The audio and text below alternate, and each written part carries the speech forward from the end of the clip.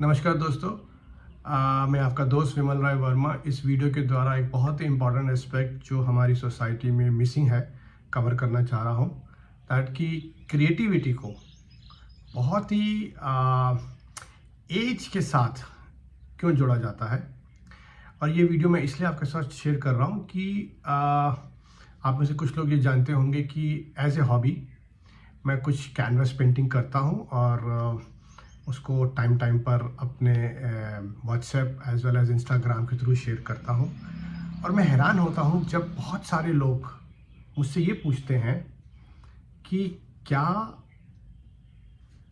उम्र के इस पड़ाव पर, जैसे कि मैं से 55 ईयर्स एज यंग, क्या इस स्टेज पर इस तरह का क्रिएटिव वर्क करना पॉसिबल है या मैंने ऐसा क्यों शुरू किया। तो वो हैरानी मेरे को थोड़ा सा परेशान तो नहीं पर थोड़ा मुझे ही हैरान करती है कि ऐसा क्यों है कि एक आम धारणा है कि जब आपकी उम्र बढ़ती है तो आप अपने हॉबीज़, अपने पैशंस को परस्यू नहीं कर सकते। यदि आप भी कुछ जीवन में क्रिएटिव काम करना चाहते हैं और ज़्यादातर दूसरों के ओपिनियन की वजह से आप वो चीज़ें नहीं कर पाते हैं, तो मेरा एक अनुरोध है कि इस वीडियो को आप आखिर तक देखें, क्योंकि मैं अपने खुद के तजुर्बे से और दूसरों क्रिएटिव पीपल को ऑब्ज़र्व करने से जो मैंने कुछ पॉइंट्स क्रिएट किए हैं जो आपको मदद करेंगे कि आप कैसे अपने जीवन में अपनी हॉबीज़ को, अपने पैशंस को किसी भी स्टेज पर, किसी भी एज पर परस्यू कर सकते हैं। तो ज़्यादा समय ना लगाते हुए हम सीधा उन पॉइंट्स पे आते हैं जो आपको मदद करने हैं। और एक चीज़ इम्पॉर्टेंट, मैं before I start my pointers, ज़रूरी है खाली क्या क्या करना है वो इम्पॉर्टेंट नहीं है, क्या क्या नहीं करना वो इक्वली इम्पॉर्टेंट है। आइए हम अपनी जर्नी को स्टार्ट करते हैं। दोस्तों, number 1, please do what you enjoy. Always remember, आपको यदि जीवन में किसी भी तरह में, किसी भी प्रोफेशन में क्रिएटिविटी लानी है तो आपको उस अटेम्प्ट को, उस एंडेवर को, उस एफर्ट को आपने एंजॉय करना है। जैसे मैं अपने केस में बोल सकता हूँ कि मैं पेंटिंग करना एंजॉय करता हूँ।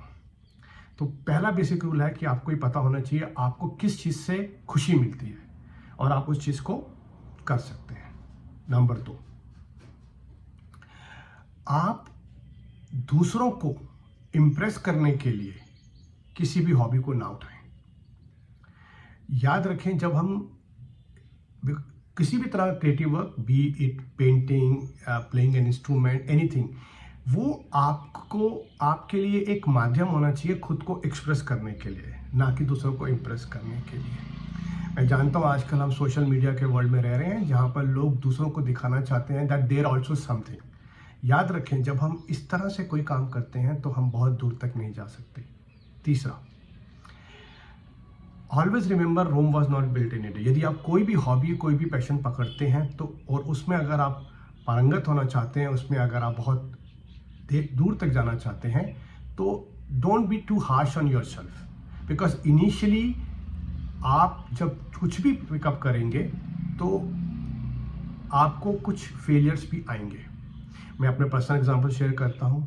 मैं अपने स्कूल टाइम पे पेंटिंग किया करता था और मैं तो ये नहीं कहूँगा कि मैं बहुत अच्छा पेंटर था, बट मैं बहुत कॉम्पिटिशन वगैरह में पार्टिसिपेट करता था। और स्कूल में मैं अपने दोस्तों के लिए, अपने क्लासमेट्स के लिए कुछ उनकी ड्राइंग्स वगैरह करता था और अदरवाइज ऑल्सो मुझे हमेशा अच्छा लगता था।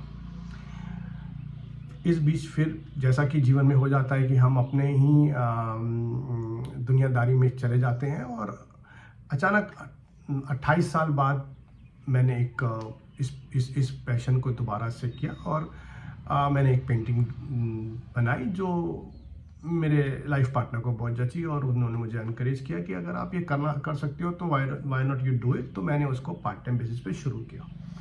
तो अब लेकिन ये नहीं है कि जो मेरी पहली पेंटिंग थी वो बड़ी बहुत ही टॉप क्लास थी या अभी भी मैं I am still a learner. तो कहना मैं ये चाह रहा हूँ कि हम कुछ भी पिकअप करेंगे, कोई भी हॉबी पकड़ेंगे, कोई भी पैशन पकड़ेंगे, आपको वो एक ही दिन में बहुत दूर तक नहीं ले जाएगी, because it's a continuous journey. चौथा, दोस्तों, आप अपने पैशन को हर व्यक्ति के साथ ना शेयर करें, बिकॉज हर व्यक्ति आपको, आपके पैशन को, आपकी हॉबीज़ को नहीं समझ पाएगा, क्योंकि हर व्यक्ति अपने ही चश्मे से उस चीज़ को देखना चाहेगा। जैसा कि मैंने शुरू में कहा था कि मैं हैरान होता जब लोग कहते हैं कि बड़ी उम्र में हम कैसे अपनी हॉबीज़ को परस्यू कर सकते हैं। मैं ऐसे लोगों को जानता हूं जिन्होंने रिटायर होने के बाद ट्रैवलिंग को अपना पैशन बनाया, उस ट्रैवलिंग के थ्रू उन्होंने फोटोग्राफी को अपना पैशन बनाया, बिकॉज सही कहीं उनके जहन में ये चीज़ आई। तो ऐसे लोगों से दूर रहें और उनके साथ ना शेयर करें।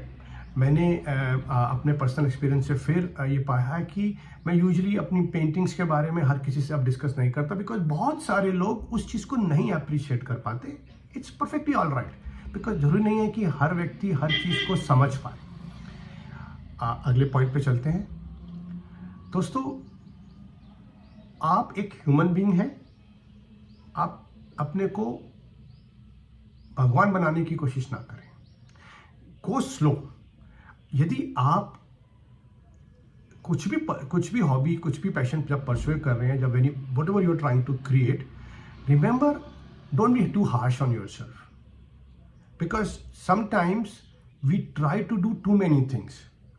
मैंने कई पेरेंट्स को देखा है, वो अपने बच्चों को एक साथ 3-3, 4-4 चीज़ें कराना चाहते हैं, और उस चक्कर में बच्चे बहुत ज़्यादा प्रेशराइज फील करते हैं। तो जो ये रूल बच्चों पे एप्लीकेबल होता है, ये आप पर भी रूल होता है। आप if you have patience for 2-3 things, I would suggest कि आप एक चीज़ पकड़ें, उसके ऊपर थोड़े दिन काम करें। जब आपको लगे कि आप उसको प्रायोरिटाइज कर पा रहे हैं, टाइम मैनेजमेंट कर पा रहे हैं, तभी आप दूसरी और तीसरी हॉबीज़ के बारे में सोचें। दोस्तों, एक और चीज़ जो मुझे बहुत अजीब लगती है कि लोग कहते हैं, क्या मैं ये पैसा कमाने के लिए कर रहा हूँ? What is your objective? जहाँ तक मेरी लिमिटेड अंडरस्टैंडिंग है, creative people usually do take up anything, जो भी वो हॉबी को पकड़ते हैं, वो यूजुअली अपने आप को एक्सप्रेस करने के लिए करते हैं। आपने पाया होगा बहुत सारे लोग सॉलिट्यूड पसंद करते हैं, बहुत सारे लोग बहुत शाई नेचर के होते हैं, बट जब वो अपने क्रिएटिव वर्क में होते हैं तो वो अपने आप को एक्सप्रेस कर पाते हैं। तो जरूरी नहीं है कि हर चीज़ को हम पैसे से लिंक करें। ठीक है, अगर आपका पैशन, आपकी हॉबी, यदि वो किसी तरह का एक इनकम जनरेट कर सकती है, there is nothing wrong in that. So हमको इस चीज़ के लिए गिल्ट नहीं लानी, क्योंकि न जाने कहाँ से ये सोसाइटी में एक बात चली गई है कि हर चीज़ सिर्फ पैसे के लिए की जाती है। दोस्तों, मैं एक और इम्पॉर्टेंट पॉइंट आपके साथ शेयर करूँगा कि क्रिएटिव होने के लिए आपको बहुत ज़्यादा कुछ तामझाम करने की ज़रूरत नहीं है। हमेशा याद रखें कि हम लोग अपने पैशंस को, अपने इंटरेस्ट को, अपनी हॉबीज़ को बाहर ला रहे हैं, और ये चीज़ें हमको अपने सेटिस्फैक्शन के लिए करनी है। इसलिए आप दूसरों के साथ कभी भी कंपैरिजन ना करें। आप कोई भी प्रोफेशन, फॉर एग्जांपल पेंटिंग है या कोई इंस्ट्रूमेंट है, आप हमेशा अपने से बेटर लोगों को पाएंगे। उनके काम को अप्रिशिएट करिए, उनसे सीखिए और उस कम्युनिटी के साथ जुड़िए। ऐसी जगहों पे जाइए जहाँ पर आपको उन क्रिएटिव लोगों के साथ मिलने का, बैठने का, चीज़ें समझने का मौका मिले। लेकिन कभी भी अपने को डिग्रेड ना करें। एक बहुत इंपॉर्टेंट पॉइंट जो मैं यहाँ एड्रेस करना चाहूँगा, माइंड योर लैंग्वेज। मैं बहुत सारे लोगों को जब मिलता हूँ तो वो अक्सर ही कहते हैं, but I am not a creative person, but I can not do this. But क्योंकि जब आप ऐसा नहीं कि हर व्यक्ति हर काम कर सकता है। पर मुझे लगता है कि हर व्यक्ति कुछ ना कुछ एक ऐसा कर सकता है जिसके लिए वो बना है। वो कई बार हमको एक्सीडेंटली पता लगता है, कई बार हमको एनलाइटमेंट होती है, कई बार हम लोगों को कोई आउटसाइडर आके समझाता है या देखता है। तो ये चीज़ें जब आपको हों तो आप अपनी लैंग्वेज, आप अपने एक्शंस को जस्टिफाई करने की कोशिश ना करें किसी के भी सामने कि मैं इसलिए करता हूँ, मैं मेरे को इसलिए नहीं। क्योंकि याद रखें, हम जब जस्टिफिकेशन में जाते हैं तो हम अपनी क्रिएटिविटी को पीछे छोड़ देते हैं। फिर हमारे बैक ऑफ द माइंड हमेशा वो जस्टिफिकेशन चलता रहता है, which is not the right way to do it. इसी तरह से जब भी आप ये कहें कि I am not good at it, I am not good at that, हमेशा याद रखें कोई भी व्यक्ति जिस चीज़ में वो गुड है या गुड नहीं है, इसकी पहचान हमें थोड़ा समय बाद ही होती है। यदि आपके अंदर से आवाज़ आती है कि मैं इस पर्टिकुलर क्रिएटिव स्पेस में जाना चाहता हूँ, आप उसमें कुछ पहले स्टार्ट कीजिए, हम्बल बिगनिंग कीजिए। A wise man told me long time back, humble beginning is the best beginning. आज मेरा जो भी कैनवस का कलेक्शन है वो एक दिन में नहीं हुआ है। I started with one. Remember, when you start with one, you can add one more and then one more and then one more. Over a period of time आप देखेंगे कि आपकी क्रिएटिविटी फ्लॉरिश करने लगेगी, वो बढ़ने लगेगी। तो इसलिए अपनी लैंग्वेज के बारे में, अपनी specially with your own talk and with outsiders, please try not to degrade your self.